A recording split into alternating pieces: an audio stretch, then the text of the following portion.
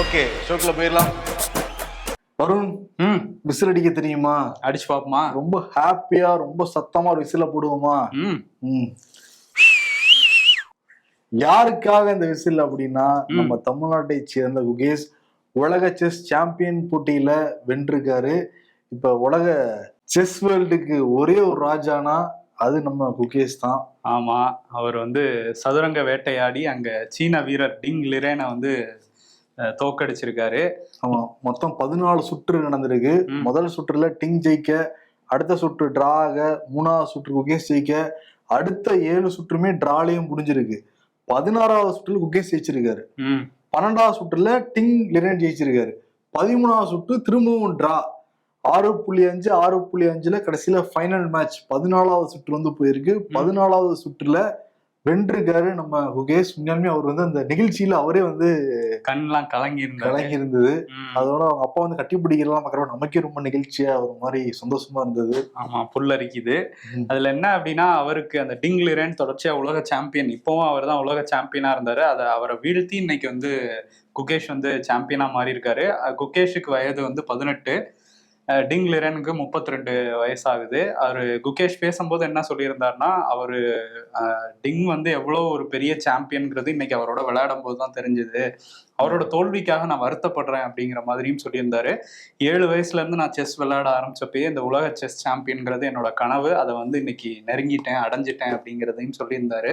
ஆமா, ரொம்ப நெகிழ்ச்சியா இருந்துச்சு அவருடைய ஸ்பீச்சு. கடந்த 10 வருஷமா அதுக்காக நான் தீவிரமா பயிற்சி எடுத்துக்கிட்டேன்லாம் சொல்லியிருந்தாரு.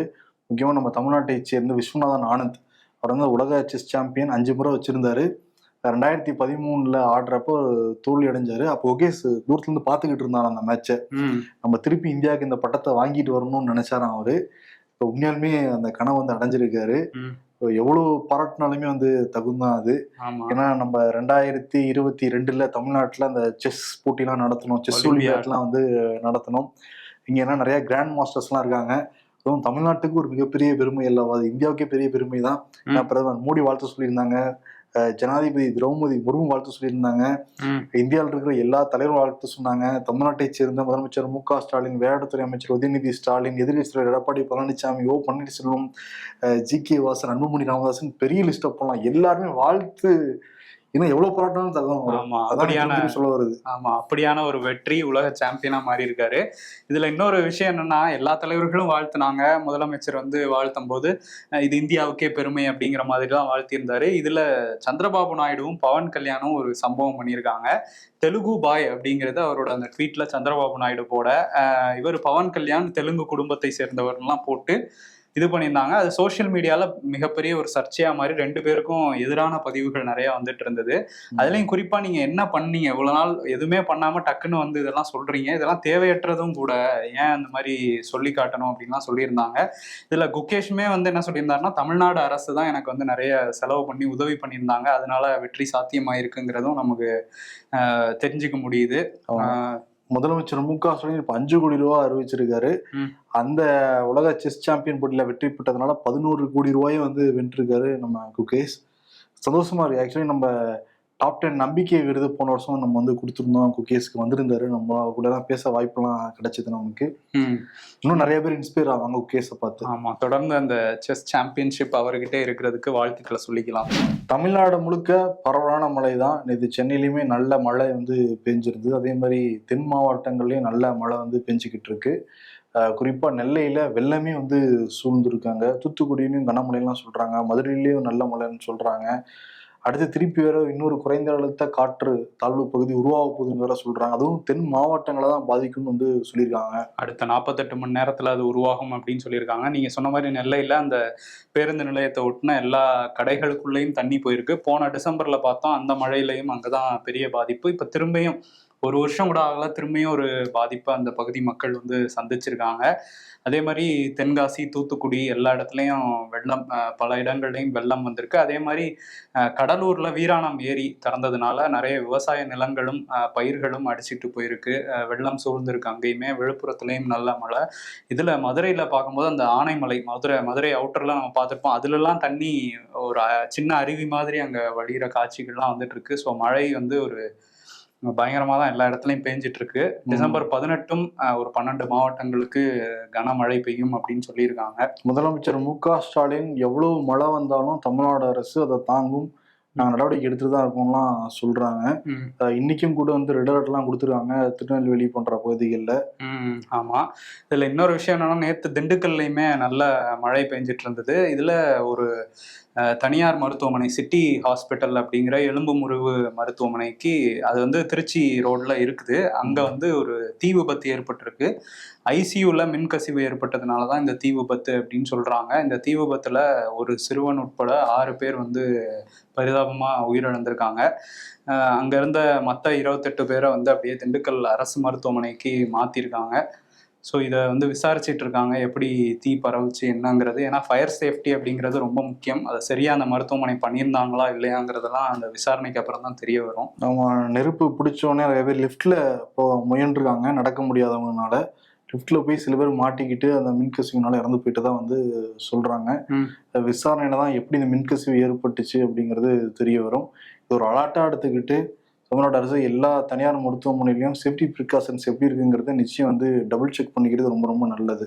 ஆமா, அந்த குடும்பங்களுக்கு 3 லட்சம் ரூபாய் நிவாரணமுமே முதலமைச்சர் வந்து அறிவிச்சிருக்காரு. இன்னைக்கு கார்த்திகை மகாதீபம் திருவண்ணாமலையில பக்தர்கள் லட்சக்கணக்கில் குவிஞ்சிருக்காங்க. இன்னைக்கு அதிகாலையிலே வந்து அங்க பரணி தீபம்லாம் ஏத்திருந்தாங்க. மாலையில வந்து கிட்டத்தட்ட நேரம் மகாதீபம் வந்து ஏத்திருப்பாங்க. லட்சக்கணக்கான மக்கள், கிட்டத்தட்ட 30 லட்சம் பேர் கூடலாம் அப்படின்னு அரசு எதிர்பார்த்து அதுக்கேற்ற போலீஸ் பாதுகாப்புலாம் போட்டிருக்காங்க. ஸோ அங்கே ஃபுல்லாக ஒரே கோஷம் தான் கேட்டுட்டு இருக்கான், சிவ சிவ அப்படிங்கிற அந்த கோஷம். ஓம் நமச்சிவாய சிவசிவங்கிற கோஷம். அதே மாதிரி தமிழ்நாட்டில் நிறைய வீடுகள்லையும் விளக்குகள்லாம் வந்து ஏற்றப்பட்டு இருக்கு. தென் மாவட்டங்களில் பாதிப்பு இருந்தால் கூட அங்கேயும் வந்து இந்த கார்த்திகை தீபம்ங்கிறது கொண்டாடப்படுது. முக்கியமாக திருவண்ணாமலை நீங்கள் வந்து சொன்னீங்க, நிறையா பேர் லட்சக்கணக்கான மக்கள் கூட்டுறதுனால குழந்தைகளுக்கு அந்த கையில் சேஃப்டி நம்பர்லாம் எழுதி காவல்துறை ஒட்டிட்டுலாம் வந்துருந்தாங்க. அதே மாதிரி நிறையா பொது கழிப்பறைகள்லாம் ஏற்படுத்தி வச்சதா வந்து சொல்கிறாங்க. லட்சக்கணக்கான மக்கள் கூட்டுறதுனால ரொம்ப பாதுகாப்பாக அதை வந்து நடத்தி முடிக்கணும் தமிழக அரசு. நாம் தமிழர் கட்சியோட ஒருங்கிணைப்பாளர் சீமான் அரிட்டாப்பட்டியில் போய் போராட்டம் பண்ணியிருக்காரு. அந்த சுரங்கத்துக்கு ஒதுக்கக்கூடாது அப்படிங்கிற மாதிரி அங்கே வந்து பேசியிருக்காரு. இவங்க வந்து நீட் தீர்மானம் போட்டாங்க, ஆன்லைன் ரம்மின்னு தீர்மானம் போட்டாங்களா, அதெல்லாம் எங்கே போச்சுன்னே தெரியல. இப்போ இதுக்கு ஒரு தீர்மானம் போட்டிருக்காங்க. அதிமுகவும் திமுகவும் மாறி மாறி குற்றம் சாட்டி ஒரு கேம் தான் ஆடிட்டு இருக்காங்கிற மாதிரி பேசியிருக்காரு. அதை தாண்டி என்ன பேசியிருக்காருன்னா, அரசியல்ல நான் தான் சூப்பர் ஸ்டார்ன்னு சொன்னார்ல, அதே மாதிரி அரசியல்ல அதிகமா ஆட்டோகிராஃப் போட்டதும் நான் தான். ஏன்னா அத்தனை காவல் நிலையங்கள்ல வழக்கு இருக்கு, எல்லா வழக்குக்கும் போய் நான் காவல் நிலையத்துல ஆட்டோகிராஃப் போடுறேன் அப்படின்னாரு. ஆனா ஒரு பக்கம் வந்து இவர் அண்ணன் ஆட்டோகிராஃப் காவல் நிலையங்கள்ல போட்டுக்கிட்டு இருக்கு, அவங்க கட்சியில இருந்து சில வேற கட்சிக்கு போய் ஆட்டோகிராஃப் போட்டுக்கிட்டு இருக்காங்க. சேலம், திருப்பூர், கோவை, ஃபர்ஸ்ட் கிருஷ்ணகிரியில ஆரம்பிச்சது, இப்போ வந்து நெல்லையில ஏற்கனவே சிலர் வந்து விலகி இருந்தாங்க. இப்ப திமுகல போய் இணைஞ்சிட்டாங்க. அண்ணன் டைரக்ட் ஆப்போசிட் எடுத்து பேசுறதே திமுகவுக்கு தான், அங்கேயே போயிருக்காங்க. ஏன்னா நிறைய கட்சியில கோஷ்டி பூசல் இருக்கும் நம்ம பேசிட்டு இருக்கோம். முக்கியமா காங்கிரஸ், திமுக, அதிமுக, பிஜேபியோட இருக்குன்னு நமக்கு தெரியும். நாம் தமிழர்லும் இருக்குங்கிறது தெளிவாகிட்டு இருக்கு. இந்த கோஷ்டி மோதலை பத்தி பேசுறப்ப எனக்கு ஒரு ஞாபகம் வருது.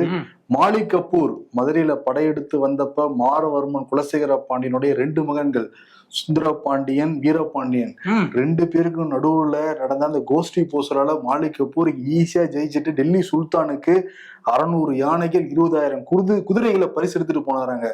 இதை பார்த்து சந்தோஷப்பட்ட அலாவுதீன் கில்ஜி சுல்தான் தன்னுடைய தளபதி மாலிக் கபூருக்கு பரிசுகளையும் பதவி உயிரையும் கொடுத்து பாராட்டினாரு. இதுக்கும் அந்த செய்திக்கும் என்ன சம்பந்தம்? என்ன சம்பந்தம்னா, கோஷ்டி முதல் நடந்திருக்கு ஒண்ணு, இன்னொன்னு கேஷுவலான இன்டெகிரேஷன் ஒண்ணு. வந்தார்கள் வென்றார்கள் 30 லட்சம் பிரதிகளுக்கு மேல விற்ற ஒரு புத்தகம். மதன் சார் எழுதின சூப்பர் ஹிட் புத்தகம் அது விகடன் பிளேல டெலிகாஸ்ட் ஆக ஆரம்பிச்சிருக்கு. நிச்சயம் வந்து கேளுங்க. லிங்க் வந்து முதல் கமெண்ட்ல டிஸ்கிரிப்ஷன்ல இருக்கு. அது செங்கிஸ்கான் படையெடுத்து உள்ளுக்குள்ள வரும்போது ஒரு சீன் வரும் புக்கோட ஓப்பனிங்லயே. கிட்டத்தட்ட வரைக்கும் எவ்வளவு படங்கள் வந்திருந்தா கூட அந்த மாதிரி ஒரு ஓப்பனிங் எங்கேயும் நான் படிச்சது இல்லை, பார்த்ததும் கிடையாது. செம்மையா எழுதியிருப்பாரு உண்மையாலுமே மதன். ஓகே, அதே மாதிரி இன்னொரு விஷயம் என்னன்னா, செந்தில் பாலாஜி 1 வருஷமா வந்து ஜெயில இருந்தாரு. பிறகு ஜாமீன் கிடைச்சு வெளியே வந்தாரு. ஜாமீன் கிடைச்சு வந்த உடனே அடுத்த நாளே வந்து ஒரு அமைச்சரா பதவி ஏற்றாரு. அவர் என்ன பதவியில் வந்து அதே பதவி வந்து கொடுக்கப்பட்டிருந்தது, மின்சாரத்துறை அமைச்சர். அதே மாதிரி மதுவிலக்கு ஆயத்தீர்வைத்துறை வந்து கொடுக்கப்பட்டிருந்தது. இதை எதிர்த்து வித்யாகுமார்ங்கிறவர் உச்ச நீதிமன்றத்துல வழக்கு போட்டிருந்தாரு. அதை விசாரிச்சாரு உச்ச நீதிமன்ற நீதிபதி அபே ஓகா. அவர் என்ன சொல்லியிருக்காரு, அப்பவே நான் கேள்வி கேட்டிருந்தாரு, அது எப்படிங்க இவர் வந்து ஜெயில நிறைய வழக்குகள் நிலுவையில தான் இருக்கு. அடுத்த நாளே நீங்க வந்து பதவியெல்லாம் கொடுக்குறீங்க. தமிழ்நாடு அரசு பதில் சொல்லணும்னு கேள்வி கேட்டிருந்தாரு. தமிழ்நாடு அரசு நீங்க பதில் சொல்லணும், ஆனா சொல்லவே இல்லை. திரும்ப வந்து கொஞ்சம் கோமா பேசி புதன்கிழமைக்குள்ளார வர வாரம் புதன்கிழமைக்குள்ளார நீங்க பதில் சொல்லணும்னு உத்தரவு வந்து போட்டிருக்காரு. இப்ப பதில் ரெடி பண்ணணுமா? ஆமா. வர்ஷிப் ஆக்டை மாத்தணும்னு சொல்லிட்டு பிஜேபிக்காரங்க பலர் துடிச்சுக்கிட்டு இருக்காங்க. மாற்றக்கூடாதுன்னு சொல்லிட்டு எதிர்கட்சிகள் இஸ்லாமியர்கள் வந்து நினைக்கிறாங்க. காரணம் என்னன்னா, தொடர்ந்து நிறைய வழக்குகள் குறிப்பா உத்தரப்பிரதேசத்துல போடப்பட்டுக்கிட்டே இருக்கு. இந்த இதுக்கு கீழே மசூதிக்கு கீழே கோயில் இருந்து, அந்த மசூதிக்கு கீழே கோயில் இருந்துன்னு சொல்லிட்டு நிறைய வழக்குகள் போடப்பட்டு இருந்தது. குறிப்பா என்னன்னா, வாரணாசியில ஞானாவை மசூதி கீழே கோயில் இருக்கு அப்படின்னாங்க. அதே மாதிரி சம்பல் இருக்கிற ஜமா மசூதி கீழே கோயில் இருக்கு அப்படின்னாங்க. அதே மாதிரி மதுராவில் இருக்கிற இந்த இக்தா மசூதியிலும் கோயில் இருக்குன்னு சொன்னதுனால அந்த வழக்கெல்லாம் இப்போ விசாரிச்சுட்டு இருக்கு நீதிமன்றம். இதெல்லாம் எதிர்த்து இஸ்லாமியர்கள் திருப்பி உச்ச நீதிமன்றத்துக்கு வந்து போனாங்க. 1991 அந்த சட்டத்தின்படி இதெல்லாம் விசாரிக்கவே கூடாது, விசாரிக்கிறாங்க அப்படின்னாங்க. சட்டம் வந்து என்ன சொல்லுதுன்னா, சுதந்திரம் அடைஞ்ச அன்னைக்கு எந்தெந்த வழிபாடு தலங்கள் எப்படி இருந்ததோ அப்படியேதான் இருக்கணுங்கிறதா சட்டம் சொல்லுது. ஆனா இதெல்லாம் தானே நிறைய வழக்குகள் போட்டுக்கிட்டே இருக்கிறதுனால பல்வேறு பிரச்சனைகள் நாடு முழுக்க ஏற்பட்டு தான் இருந்தது.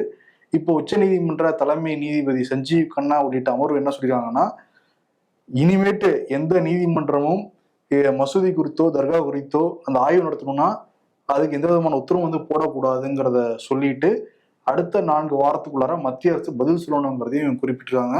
முக்கியமா சுப்பிரமணியன் சாமியோட நிறைய பேர் இந்த வழக்கு வந்து போட்டுருக்காங்க. மசூதிக்கு கீழே கோயில் இருக்கிறத விசாரிக்கணும், அதுக்கு அனுமதி கொடுக்கணும்னு போட்டிருந்தாங்க. ஆமா, இதுல வந்து என்னன்னா, ஏற்கனவே ஒரு உத்தரவு கொடுத்திருந்தாங்கன்னா அதுக்கும் இடைக்கால தடை அப்படிங்கிறதையும் உச்சநீதிமன்றம் சொல்லியிருக்காங்க. புதுசா வந்து ஏதாவது மனுவும் இது தொடர்பா போடக்கூடாது அப்படிங்கிறதெல்லாம் சொல்லியிருக்காங்க. இந்த பிளேஸ் ஆஃப் வர்ஷிப் ஆக்ட் 1991 பத்தி கமெண்ட் ஷோல்லாமும் நம்ம பேசியிருந்தோம். இது இப்போ உச்சநீதிமன்றம் வரையும் போய் ஒரு பாசிட்டிவ் சைனா பாக்குறாங்க திமுக, விசிக உள்ளிட்ட கட்சிகள். ஏன்னா அவங்களுக்கு வந்து இடையீட்டு மனுலாம் போட்டிருந்தாங்க இந்த வழக்குல.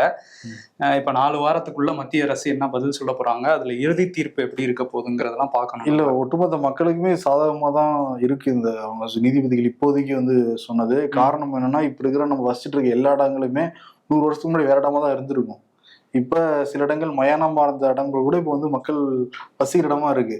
இப்ப 100 வருஷத்துக்கு முன்னாடி இந்த மயானம் தானே வந்து நீ கிளம்பி போனா கிளம்பி போவாங்க, போக மாட்டாங்க. இப்ப என்ன இருக்கோ அதை மட்டும் வாழ்ந்துட்டு போக வேண்டியதானே. எதையாச்சும் ஒண்ணு தோண்டிக்கிட்டே இருந்தோம்னா அது பிரச்சனையில தான் போய் முடியும். சரி, இங்க தொழில் துறை தோன்றணும், அது கூட மாட்டேங்கிறாங்க. கீழடி கேட்டும் போது விடல. ஆனா இதுக்கெல்லாம் வரலாறு தெரிஞ்சிருங்கிறது இருக்கிறத அப்படியே அனுபவிச்சுட்டு போறது எல்லாருக்குமே நல்லது. இல்லாட்டி தேவையில்லாத பிரச்சனைகள் சண்டைகள் தான் உருவாகும் நாட்டுல. ஆமா, அமைதி குலையும். இதே மாதிரி அமைதியை குலைக்கிற வகையில ஒருத்தர் பேசிட்டாருன்னு நம்ம 4-5 நாளா பேசிட்டு இருக்கோம் அவரை பத்தி. சேகர் யாதவ், அலகாபாத் நீதிமன்ற நீதிபதி. அவர் வந்து நிறைய கொச்சையான கருத்துக்களை இஸ்லாமியர்களுக்கு எதிராக பேசினாருன்னு சொல்லிட்டு இப்ப மாநிலங்களவையில 55 எம்பிக்கள், திமுக, ஆம் ஆத்மி, காங்கிரஸ் உள்ளிட்ட எம்பிக்கள் வந்து அவரை நீக்கணும்னு சொல்லிட்டு தீர்மானம்லாம் கொண்டு வந்திருக்காங்க. ஸோ மாநிலங்களவை செயலாளர்கிட்ட போயிருக்கு. அந்த தீர்மானம் எப்படி அடுத்தடுத்த நாட்கள்ல மாறப்போகுது, எப்படி பேச போறாங்க, அதை பத்தின்லாம் பார்க்கணும். பேசுவாங்களா அப்படிங்கிறதையும் பார்க்கணும். இன்னைக்கு வந்து மக்களவையில முதல் முறையா பேசியிருக்காங்க பிரியங்கா காந்தி. அரசியலமைப்பு சட்டத்தோட அந்த பலன்கள் அதனால நமக்கு கிடைச்சது அதை பத்திலாம் பேசியிருந்தாங்க. அதே மாதிரி பேலட் பேப்பர்ல நீங்க தேர்தல் நடத்துவீங்களான்னு பிஜேபிக்கு அங்க இருந்தே சவாலும் விட்டுருக்காங்க. வெளியே வந்த காங்கிரஸ் எம்பிக்கள் ரிவ்யூ பண்ணியிருக்காங்க பிரியங்கா காந்தியோட மெய்டன் ஸ்பீச் எப்படி இருந்தது அப்படின்னு. சோ இதுதான் நாடாளுமன்றத்தில் நடந்தது. எவ்வளவு மார்க் போடுறாங்க? மார்க்லாம் அதாவது இப்ப நீங்க பாத்தீங்கன்னா அப்படிலாம் ரிவ்யூ பண்ண ஆரம்பிச்சிருக்காங்க. அந்த மாதிரிதான் மைக்ல வந்து ரிவ்யூ பண்ணிட்டு இருந்தாங்க, வெளியே வந்து பேட்டி கொடுத்துட்டு இருந்தாங்க. ஓகே, ஒரே நாடு ஒரே தேர்தல் ஆதரவும் எதிர்ப்பும் கிளம்பி இருக்கு. குறிப்பா பிஜேபிக்கு ஆதரவாக 30க்கும் மேற்பட்ட கட்சிகள் இருக்கு. எதிர்ப்பான்னு பாக்குறப்ப ஒரு 15 கட்சிகள் தான் இருக்கு. கட்சிகளை வச்செல்லாம் நாடாளுமன்றத்துல சட்டத்தை நிறைவேற்ற முடியாது. எவ்வளவு பேர் மெஜாரிட்டிங்கிறத பொறுத்து தான் இருக்கு அதுல. ஏன்னா அந்த 30 கட்சியில நிறைய கட்சிக்கு எம்பிக்களே இல்ல. ஆமா, ஆனா பிஜேபி பாத்தீங்களா எவ்வளவு பேருக்கு சப்போர்ட் பண்றாங்கன்ட்டு. இதுல என்னன்னா, ராம்நாத் கோவிந்த் ஒரு உச்சபட்ச அதிகாரத்துல இருந்தவர். இன்னும் சொல்ல போனா ராணிக்கு நிகரா பல்வேறு உலக தலைவர்களுக்கு நிகரான ஒரு போஸ்ட் அது. அந்த போஸ்டிங் முடிச்சோடனே போய் ஆய்வு பண்ணிட்டு வாங்க ஊர் அனுப்பி விட்டுருக்காங்க. அவரும் போய் ஆய்வு எல்லாம் பண்ணிட்டு வந்து 1000 பக்க அறிக்கைலாம் கொடுத்துருக்காரு. 18,000 பக்க அறிக்கை. 18,000 பக்க அறிக்கையை முதல்ல அவரே படிச்சு பார்த்துட்டு போறான்னு தெரியல. சரி, ஆனா வந்து கொடுத்துருக்காரு. இதுல நிறைய காமெடி எல்லாம் இருக்கும். இப்போ ஒரே நாடு ஒரே தேர்தல்னு சொல்றாங்கல்ல. இப்போ நம்ம நாடாளுமன்ற தேர்தலுக்கு வாக்களிச்சோம், சட்டமன்ற தேர்தலுக்கும் வாக்களிச்சோம். இதுல பாக்குறப்போ ஒரு தொகுதியிலேயே 3 வச்சிருந்தாங்க, பெட்டி வச்சிருந்தாங்க. இப்ப நாடாளுமன்றத்துக்கு வைப்பாங்க, சட்டமன்றத்துக்கு வைப்பாங்க, அதே மாதிரி உள்ளாட்சிக்கு வைப்பாங்க. உள்ளாட்சி தேர்தல் வந்து அடுத்த 100 நாளைக்குள்ள நடத்திக்கலாம்னு இருக்காங்க. இதுலயா? ஆமா, அதனால அது அப்புறம் பாத்துக்கலாம். இப்போ இது வச்சாலே உனக்கு 6 இதாயிடும். அது பெரிய ரூம் தேவைப்படும். நான் சில பேர் உள்ள போய் தூங்கிட்டாங்கன்னு என்ன பண்றது? இவ்வளவு பேரு ஒரு இது பண்றதுக்கே வாக்கு கம்மியா இருக்குறாங்க. இப்ப எல்லாரும் வந்து 2 வாக்கு 3 வாக்கு ஒரே சமயத்துல போடணும்னா முதல்ல நம்ம பாத்துருக்கோம், அந்த ஸ்கூல்ல தான் நடத்துவாங்க. இந்த மாதிரி ஒரு ரூம் தான் இருக்கும். அதுல எப்படி நடத்த போறாங்கன்னு தெரியவே இல்லை. அவ்வளவு முதல்ல இது தேவை, மிஷின்ஸ் அதெல்லாம் வாங்கணும். இவிஎம் மிஷின்லாம் இது அமலுக்கு வந்தோடனே, அதாவது இந்த சட்டம் நிறைவேறினா, இந்த மசோதாலாம் நிறைவேறினா ஆர்டர் பண்ணுவாங்க. அதை ஆர்டர் பண்ணி அதுக்கப்புறம் அதை வாங்கி எங்க ஆர்டர் பண்ண போறாங்க? இஸ்ரேல் இருந்தா அது தெரியல. எங்க நமக்கு சரியா இருக்குமோ அங்க ஆர்டர் பண்ணுவாங்க. எங்க ஜிக்கு இல்ல எங்க ஆர்டர் கொடுத்து உடனே வர மாதிரி இடத்துல ஆர்டர் பண்ணுவாங்க. இஸ்ரேல் தெரிஞ்ச நண்பர்கள் ஆர்டர் இருக்குல்ல, உடனே வரணும்லப்பா, உடனே ஒரே தேர்தல் நடத்தணும்லப்பா. எங்க அவங்க பேலட் பேப்பர்ல நடத்துங்கன்னு காங்கிரஸ் சொல்லிட்டு இருக்காங்க. பிரியா காந்தி இப்பதான் நீங்க சொல்லிருக்கீங்க. சரி, ஓகே, மசோதா நிறைவேறாதான்னு வந்து பார்க்கலாம். மொத்தம் மக்களவையில 543 எம்பிக்கள் வந்திருக்காங்க. பிஜேபிக்கு ஆதரவுன்னு வந்து பாக்குறப்ப 293. இதே இந்தியா கூட்டணின்னு பாக்குறப்ப 235. எவ்வளவு 3ல் 2 பங்கு ஆதரவு தேவை மசோதாவை நிறைவேற்றுறதுக்கு. அது 362. இப்ப 2 பேருக்குமே இல்லைங்கிறது தெளிவா தெரியுது. மாநிலங்களவையில வரப்ப மொத்தம் 243 எம்பிக்கள் வந்திருக்காங்க. பிஜேபிக்கு ஆதரவு வந்து ஒரு 122 எம்பிக்கள் வந்திருக்காங்க. அங்க கொஞ்சம் டவுட்டா இருக்க மாதிரி இருக்கு மாநிலங்களவையில. இல்ல அங்கேயுமே 102ல் 3 பங்குனா 160 164 வரும். அங்கேயுமே கொஞ்சம் கஷ்டம் தான். கரெக்ட், 3ல் 2 பங்கு அங்கேயும் கொஞ்சம் கஷ்டம் தான். ஆனா என்ன ஐடியால இதை கொண்டு வராங்கன்னா, இப்ப கொண்டு வருவோம், இது வந்து அப்படியே நாடாளுமன்ற கூட்டுக்குழுல கொஞ்ச நாள் அனுப்புவாங்க, அனுப்பிட்டு அப்புறம் திரும்ப வரும். 2029ல் மெஜாரிட்டியோட வந்தா நிறைவேற்றிக்கலாம்னு நினைக்கிறாங்களா, இல்ல போன தடவை 146 பேரை சஸ்பெண்ட் பண்ணாங்கல்ல, அந்த மாதிரி ஆளே இல்லாத நேரத்துல அதுல வாக்களிக்கிறதுல 3ல் 2 பங்கு வச்சு நிறைவேற்றிடலாம் நினைக்கிறாங்களா, இல்ல வந்து நம்ம புள்ள பிடிப்பாங்கல்ல அது மாதிரி எதுவும் பண்றாங்களா? நீங்க ஆதரவா ஆனா அப்ப கூட 293 262 69 எம்பி தேவைப்படுறாங்க. 69 பேரை பிடிச்சிட்டு வரணுமே, ரொம்ப கஷ்டமா இருக்கு. அது 69 எம்பி சஸ்பெண்ட் பண்றது ஈஸி. அதனால அந்த மாதிரி ஏதாவது ஒண்ணு பண்ணுவாங்களா அப்படிங்கிறது தெரியும். ஆனா இது வந்து 2034ல தான் வர வாய்ப்பு இருக்குன்னு இப்போதைக்கு டெல்லியில இருந்து சொல்றாங்க. என்னன்னா, இது நீங்க சொன்ன மாதிரி இவிஎம் மிஷின்ஸ் ஆர்டர் பண்ணணும், இதுக்கான திட்டங்களை தேர்தல் ஆணையம் வந்து வகுக்கணும். ஸோ இந்த பிரச்சனைகள்லாம் இருக்கு. இந்த 5 ஆண்டுக்குள்ள அதை நிறைவேற்றுறதும் கொஞ்சம் கஷ்டமா இருக்கும். ஸோ இதெல்லாம் வந்து வெயிட் பண்ணி தான் பார்க்கணும். ஆனா 2024 தேர்தல் நடக்கிறதுக்கு முன்னாடி பிஜேபி கிளப்பிட்டு இருந்தாங்க, ஒரே நாடு ஒரே தேர்தல் கொண்டு வர போறோம், இந்த தேர்தல் நடக்க போகுதுங்கிற ரேஞ்சுக்கு போனாங்க. 10 வருஷம் கழிச்சுதான் வரப்போகுதுங்கிற மாதிரி சொல்றாங்க நீங்க. ஆமா, இதுல இந்த ஒரே நாடு ஒரே தேர்தல்ல அதிமுக ஆதரவு தெரிவிச்சிருக்காங்க. நாங்க இதுக்கு வந்து ஏன்னா எடப்பாடி பழனிசாமி 2024 அது வரும், நான் முதல்வர் ஆயிருவேங்கிற கனவுல அதை வச்சுதான் அமாவாசை கல்யாணம் பண்ணிட்டு உட்கார்ந்து இருந்தாரு அவரு. ஆமா, அவர் வந்து அமாவாசை ஓரமா பாருங்கட்டாங்க. ஆனா பாருங்க, அவங்களுக்கும் மக்களவையில எம்பி கிடையாது. இந்த மாதிரி கட்சிகள்லாம் ஆதரிச்சிருக்காங்க. அதிமுக எதிர்க்கிறது வந்து திமுக. இங்க முதலமைச்சர் மு.க. ஸ்டாலின் இது கூட்டாட்சி தத்துவத்துக்கு எதிரானது, ஜனநாயகம் மக்களாட்சிக்கு எதிரானதுன்னு சொல்லியிருக்காரு. அதே மாதிரி மம்தா சொல்லியிருக்காங்க. இங்க துணை முதல்வர் உதயநிதி சொல்லியிருக்காங்க, அங்க எப்படி ஆதரவு தருவாங்கன்னு ஒண்ணு இருக்கு இல்ல, எம்பிக்களை வச்சு நாங்க இதை எதிர்த்து வாக்களிப்போம்லாம் பேசியிருக்காங்க. சோ துணை முதலமைச்சர் உதயநிதி ஸ்டாலின் மாநிலங்களே இல்லாம பண்றதுக்கு தான் இந்த ஒரே நாடு ஒரே தேர்தலை கொண்டு வந்திருக்காங்கன்னு சொல்லியிருக்காங்க. அதே மாதிரி அரவிந்த் கெஜ்ரிவால் இருக்காருல்ல, அவர் வந்து one nation one education, one nation one health system, இதுதான் நாங்கள் ஒன் நேஷன் ஒன் எஜுகேஷன்லேயே பல சர்ச்சை இருக்கு. இவர் வந்து one nation one health system அதெல்லாம் சொல்றாரு. இதெல்லாம் தான் மக்கள் கேட்குறாங்க, நீங்க எதுக்கு ஒன் நேஷன் ஒன் எலெக்ஷன் கொண்டு வரீங்கன்னு அவரும் எதிர்த்திருக்காரு. ஸோ இந்தியா கூட்டணி எதிர்க்குது. ஓகே, நம்ம கேட்கறது ஒன்னே ஒண்ணுதான், ஒன் நேஷன் ஒன் ஜிஎஸ்டி.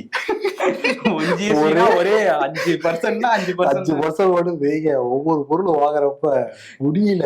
கிரீமுக்கு ஒரு ஜிஎஸ்டி, பண்ணுக்கு ஒரு ஜிஎஸ்டினா அதுவும் என்ன தெரியுமா, நீ பண்ணு வந்து கடையில உட்காந்து சாப்பிட்டீங்கன்னா ஒரு ஜிஎஸ்டி, பார்சல் வாங்கிட்டதுன்னா ஒரு ஜிஎஸ்டி, இல்லைன்னா ஏசி கடையில உட்காந்து சாப்பிட்டா அந்த பண்ணுக்கு வேற ஜிஎஸ்டி. பண்ணே வேலை விட்டு தொலை.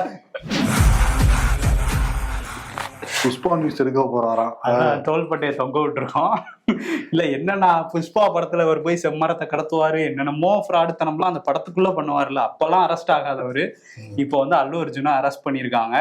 என்ன அப்படின்னா, அந்த புஷ்பா படம் ரிலீஸ் ஆச்சு, அது வந்து புஷ்பா 2 அந்த சத்யா தியேட்டர் ஹைதராபாத்ல யாருக்கிட்டையுமே சொல்லாம, போலீஸுக்கோ இல்லை அந்த தியேட்டர் நிர்வாகத்துக்குமோ சொல்லாம திடீர்னு போய் அங்க நின்றுருக்காரு அல்லு அர்ஜுன். இதனால வந்து அவரை பார்க்கணும்னு சொல்லி கூட்ட நெரிசல் ஏற்பட்டு அதுல பரிதாபமா ஒரு 35 வயது பெண் வந்து உயிரிழந்தாங்க. அவரோட மகனுமே வந்து இப்போ சீரியஸா அட்மிட் ஆயிருக்காரு ஹாஸ்பிட்டல்ல. அந்த குடும்பத்துக்கு 25 லட்சம் ரூபாய் நிதியுதவியும் அந்த மகனோட ட்ரீட்மெண்ட்டுக்கும் எல்லாமே நான் பாத்துக்கிறேன்லாம் சொல்லியிருந்தாரு அல்லு அர்ஜுன். இருந்தாலும் சொல்லாம வந்தது தப்பு. அதை தாண்டி இப்படி ஒரு கூட்டம் வரும்னு தெரியும், இதெல்லாம் வந்து தியேட்டர் நிர்வாகமும் கைவிட்டாங்க, அல்லு அர்ஜுனும் இப்படி பண்ணிட்டாரு அப்படிங்கிறதுனால வழக்கெல்லாம் பதிவு பண்ணியிருந்தாங்க. இதுல நான் பெயிலபிள் பிரிவு கூட ஒன்று இருக்கதா சொல்றாங்க. இப்போ அவரை அரெஸ்ட் பண்ணிட்டதா தெலுங்கானா மாநில கமிஷனர், அது ஹைதராபாத்தோட கமிஷனர் வந்து சொல்லியிருக்காரு. ஸோ அவரை கோர்ட்ல ப்ரொடியூஸ் பண்ணுவாங்க அப்படிங்கிற தகவல்லாம் வருது. இதுல ரேவந்த் ரெட்டிக்கு எதிராக கூட அவர் அல்லு அர்ஜுன் ஃபேன்ஸ் இது வந்து அரசியல் சதி, அவர் வந்து நன்றி சொல்லும் போது உங்க பேரை விட்டுட்டாருன்னு தானே இப்படிலாம் பண்றீங்கலாம் போட்டுட்டு இருக்காங்க. பட் நாங்க நியாயப்படி நடவடிக்கை எடுப்போம்னு தெலுங்கானா அரசு சொல்லுது. ஓகே, இதுதான் உண்மையான பேன் இந்தியா படம். 1000 கோடி கலெக்ட் ஆயிடுச்சுன்னா சொல்லிட்டு இருந்தாங்க. பட் பேன் இந்தியா ஹீரோ இப்போ ஜெயிலுக்கு வந்து போறாரு. ஏன்னா ரியல் வேற ரீல் வேறங்கிறத தெரிஞ்சுக்கணும். எனக்கு தெரிஞ்சு ரேவந்த் ரெட்டி பழிவாங்க தெரிஞ்சு டிஜி பழிவாங்க இருப்பாருன்னு நினைக்கிறேன். ஏன்னா அவர் வந்து அதுல பகத் ஃபாசில் போலீஸா தான் இருப்பாரு. அவரு போலீஸை போட்டு நான் படம் பார்க்கல, ஆனா குழந்தைகளுக்கு மாதிரி சீன்ஸ்லாம் இருக்குன்னாங்க. டிஜி பார்த்துட்டு ரியல் போலீஸ் அதிகாரத்தினான்னு காட்டுறோம், வாங்க மிஸ்டர் புஷ்பா அப்படின்னு.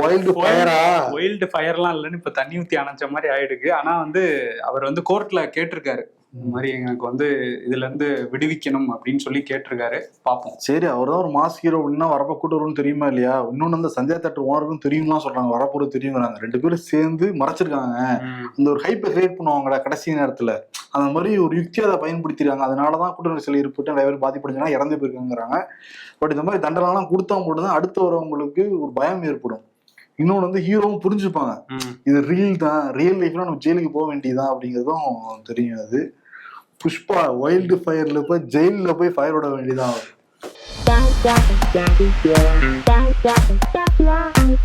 மச்சான், நம்மளும் கஸ்டம் டியூட்டி இல்லாம ஐபோன் இறக்குவோமா?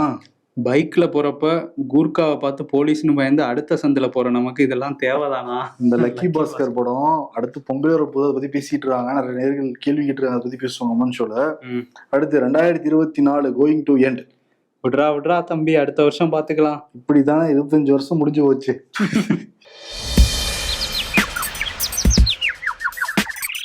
எல்லா ஆண்களிலும் வேண்டியதிலும் ஒரே மாதிரி தான் இருக்கும். இளமையிலும் முதுமையிலும் ராம்கி தலைமுடி போல நமக்கு வேண்டும். இதுவும் லக்கி பாஸ்கரை வச்சுதான் போட்டிருக்காங்க. ராம்கி பயன் ட்ரெண்டா இருக்காரு. இப்ப வீல்வேல் என்று நினைத்தாயோ தஞ்சாவூர் தலையாட்டி பொம்மை. அரசியல்ல இதெல்லாம் சாதாரணமாப்பா. ஆக்சுவலி நேற்று நம்ம ஒரு இது கொடுத்துருந்தோம், ஒரே ஒரு ஊருக்குள்ள ஒரே ஒரு ராஜான்னு.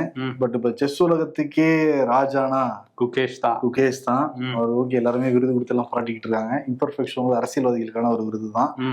இன்னைக்கு வந்து ஹீரோ அல்லு அர்ஜுனா குறுக்கால வந்திருக்காப்புல. பக்கத்து ஸ்டேட்டு இடவும் வேணாமா? அவரு அல்லு அர்ஜுன் அவருக்கெல்லாம் செட் ஆகாது. நம்ம ஊருக்குள்ளே யாரையாவது நம்ம ஊருக்கு வருவோம். நடிகர், இயக்குனர், திரைக்கதை ஆசிரியர், பாடகர், கதை சொல்லி, அப்புறம் வந்து ஒருங்கிணைப்பாளர், நாம் தமிழர் சீமான், ஒருங்கிணைப்பாளர் சீமான் வந்து விருது கொடுத்துடலாம். காரணம் வந்து கடந்த 2011 இருந்து ரொம்ப கஷ்டப்பட்டு தவம் இருந்து நிறைய பேர் கட்சியில சேர்த்துக்கிட்டே இருந்தாங்க. இப்பதான் ஒத்தையா போறது இல்ல, கொத்தா வந்து போறாங்க. ஆமா, அதனால வந்து அவருக்கு தவம் வந்து கட்சியை நான் டெவலப் பண்ணேன், நான் சூப்பர் ஸ்டாருங்கிறேன் அரசியல்ல. இன்னைக்கு என்ன சொல்லியிருக்காரு? இன்னைக்கு வந்து நான் எல்லா காவல் நிலையத்திலயும் அதிகமா ஆட்டோகிராஃப் படம் சேரன் அமைச்சு தவமாய் கொடுத்துடலாம். அவரோட ஆட்டோகிராஃப் படத்துக்கு அடுத்த படத்தை கொடுத்துடலாமா? தவமாய் போறதுங்கிற விருதை சீமான் வந்து கொடுத்துட்டு விடைபெறுகிறோம். நன்றி. முக்கியமா வந்து வந்தார்கள் வென்றார்கள் விகடன் பிளேல கேளுங்க. ஆக்சுவலி உண்மையாலுமே வைல்டு ஃபயர் விட்டது யார் தெரியுமா? அந்த படிச்சு பாக்குறப்ப நிறைய பேர் நிறைய மணல் வைல்டு ஃபயர் விட்டுருப்பான். அது இதுல கூஸ்பம்ஸோட இருக்கும். நிச்சயம் அதை வந்து கேளுங்க. நன்றி. தங்கராஜ் மற்றும் சீனிகுமார் தயாரிப்பில் மிர்ச்சி சிவா, கருணாகரன், MS பாஸ்கர் நடிப்பில் SD அர்ஜுன் இயக்கத்தில் மாபெரும் வெற்றி படமான சூதுகவும் கதையை தொடரும் சூதுகவும் 2 உலகமெங்கும் உங்கள் அபிமான திரையரங்குகளில் வெற்றி நடை போடுகிறது.